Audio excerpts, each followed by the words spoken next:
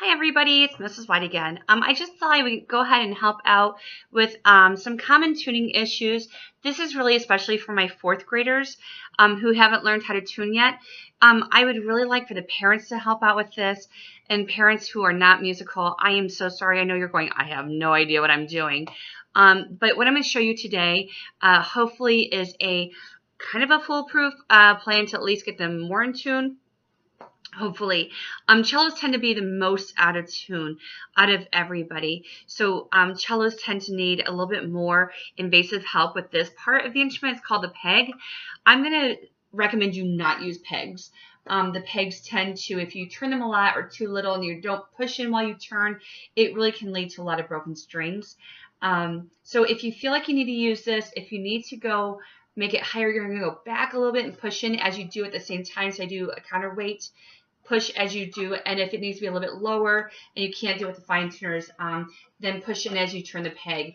I'm going to send some written direction, a link for that as well with this video. So one is going to be a written format and the other one is this video that hopefully will help you out. Okay, so I have my son's violin because it has 4 fine tuners on it, which your students' instruments will have for violins, violas, and cellos.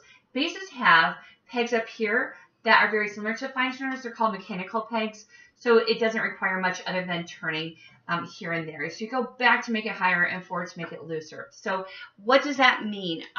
For most of the kids, it's pretty simple because we have just a 4 strings and we have fine tuners. So I'm going to try and make sure you can see this. I'm doing the best I can. There we go. So this is the, A string. So if you can see, when I do this, the needle here is going to the flat side. So we're going to take this fine tuner and we're going to just turn it righty tighty to make it a little bit higher. And each time I do that, it should get a little bit closer to the string being in tune. And you can just do little by little. And we're almost in tune, so just a little bit, little quarter turns, do an awful lot, and there we go. So little quarter turns on a violin or viola actually will do quite a bit. What we need to do is just do everything kind of slow in little bits if you're unfamiliar. If you're familiar with everything, then please feel free to go ahead and be a little bit more aggressive with that. I'm going to get rid of that little video. Okay, so the next one we're going to do is our D string. I'm going to do the same thing. So I'm going to pull my D. And if you see, now we're on the other side. So we're on the sharp side of our tuner. I'm going to do it again. See, we're a little bit sharp. So now I'm going to go lefty-loosey. So you just take this, turn just a little bit to the left. Almost in tune. And there we go. Now if you notice, I'm going to go ahead and do this a whole lot. You can pass it up. So parents, if you hear it's getting worse or it's still, or the needles jump to the other side, then that's fine.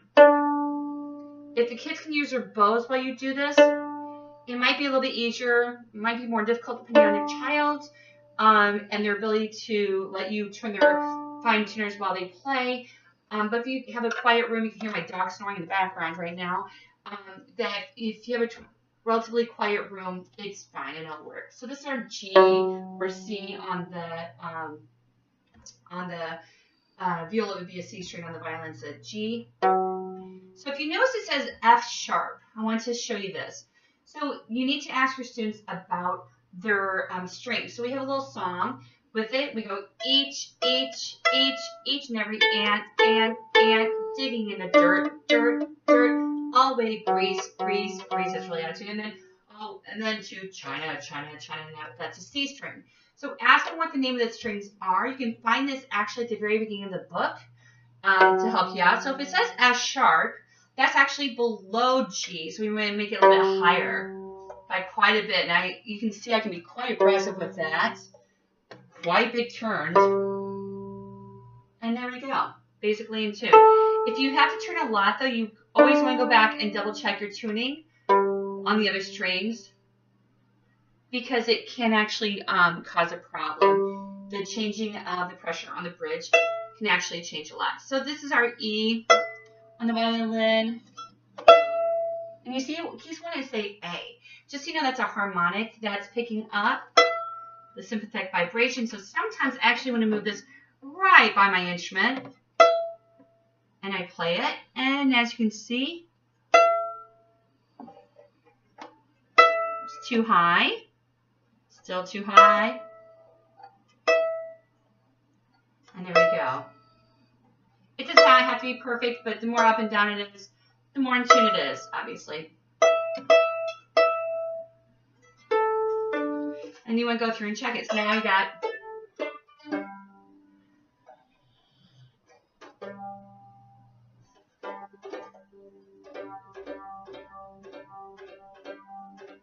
there it is. Okay, so I go through and always check the strings at the end when I'm done.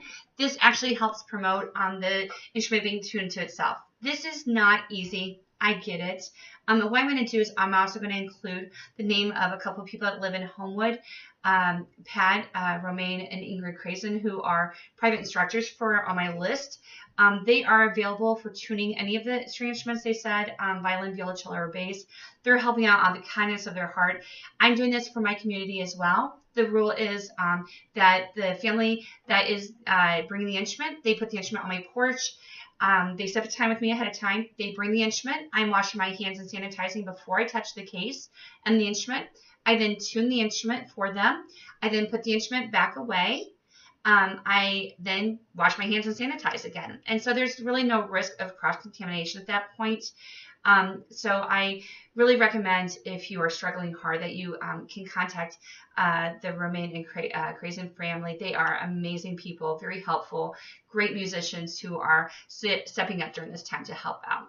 If you have a private teacher or know of one, please contact them instead to help you out. You already have a connection with them, and just ask them if they could do the same procedure of sanitizing before, tuning the instrument, and now you sanitize afterwards again. Again, we're staying 6 feet apart because they're just placing it on my porch. I'm tuning it for them, even basses, and I'm just trying to help out my community of string players. So I hope this helped. Have a great day, and take care. Be safe.